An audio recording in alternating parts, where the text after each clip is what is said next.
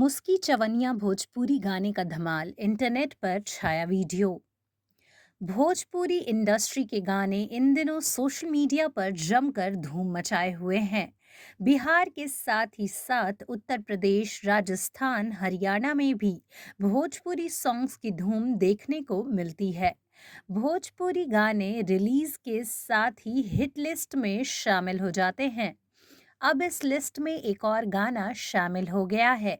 इस गाने के बोल हैं मुस्की चवनिया। भोजपुरी सिनेमा के उभरते स्टार समर सिंह और एक्ट्रेस आकांक्षा दुबे का नया गाना मुस्की चवनिया रिलीज के साथ ही वायरल हो गया है। ये गाना इंटरनेट पर तहलका मचा रहा है। मुस्की चवनिया गाने को YouTube channel world wide records Bhojpuri पर रिलीज किया गया है। इस गाने को महज कुछ ही घंटों में लाखों व्यूज मिल गए हैं। इस गाने को समर सिंह और खुशबू तिवारी ने अपनी आवाज दी है।